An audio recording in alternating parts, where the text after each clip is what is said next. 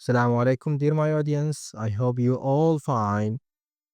We are going to talk about Wuthering Heights. This course is provided by Echoes of English Literature. Now we will have a brief overview of what we will learn in this course. First, we will have a brief background into Victorian age. We will make two parts or two episodes. The first episode will make a brief introduction to the Victorian age in order to acquaint student with the characteristics of Victorian age. And also we make about another episode.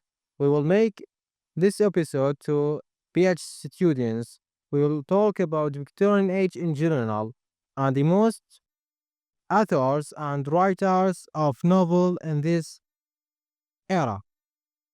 Also, we will have a deep analysis in the text. We will break the text into point and discuss each point.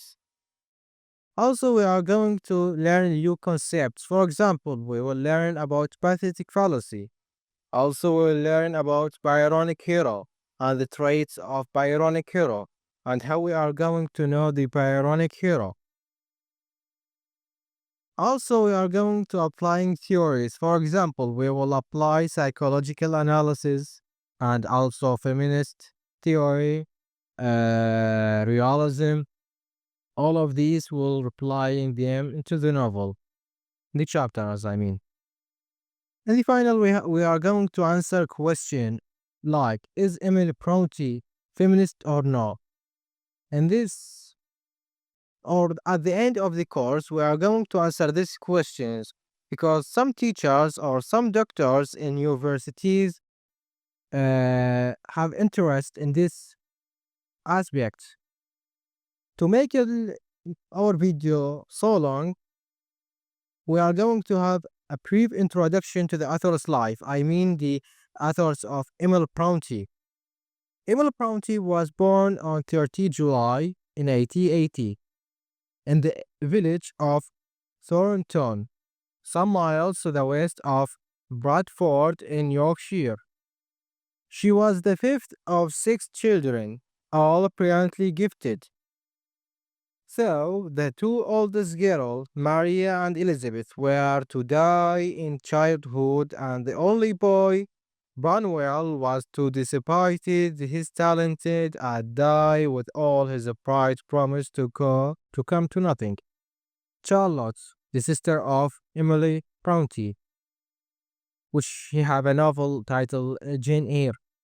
The third child, and Annie, the youngest, like Emily, became novelists and poets, and like her, died too soon. Emily was the most unusual of the Bronte sisters. She was quiet and reserved, often seen as rude. She did her chores beautifully and dressed in unique clothes like purple fabric with a lightened blood patterns. She felt most alive when roaming the moors, running among the streams and rocks for hours, no matter the weather. When she was away from home, like at school, and restless with Charlotte, she became homesick and ill. The moors we are going to have an overview to the moors that Heathcliff and Catherine took as their favorite place. They usually or always meet at the moors when they finish their their work in the farm. Emily Bronte kept her poems private at first. When her sister Charlotte found them, she convinced Emily to publish them together with her own poems. Their sister Annie was also writing a novel which later became Agnes Grey. Their brother Branwell was working on a novel too, but he never published it. I don't know why he doesn't publish it. Anyway, Charlotte was the most ambitious of the sisters and got a publisher for her novel Jane Eyre. I advise you to read or to watch the film of Jane Eyre. It's very, very beautiful. I liked it very much. Unlike Wuthering Heights, it's very something's very interesting. which became very popular. The sisters knew people didn't take female writers seriously. So in Victorian age, the women writer does not allow, the society, I mean, does not allow for women to write. So they use fake male, يعني take a fake male name to publish their works. So they used male sounding pen names. So Quarrer was name of Charlotte, Ellis Bell was name of Emily, and Acton for Annie. Okay? Despite this, Emily started working on a second novel in 1848, a year after Wuthering Heights was published. Branwell died of tuberculosis. Emily caught a cold at his funeral, but she ignored it. The cold turned into a serious illness, but she refused to see a doctor. After that, she got died.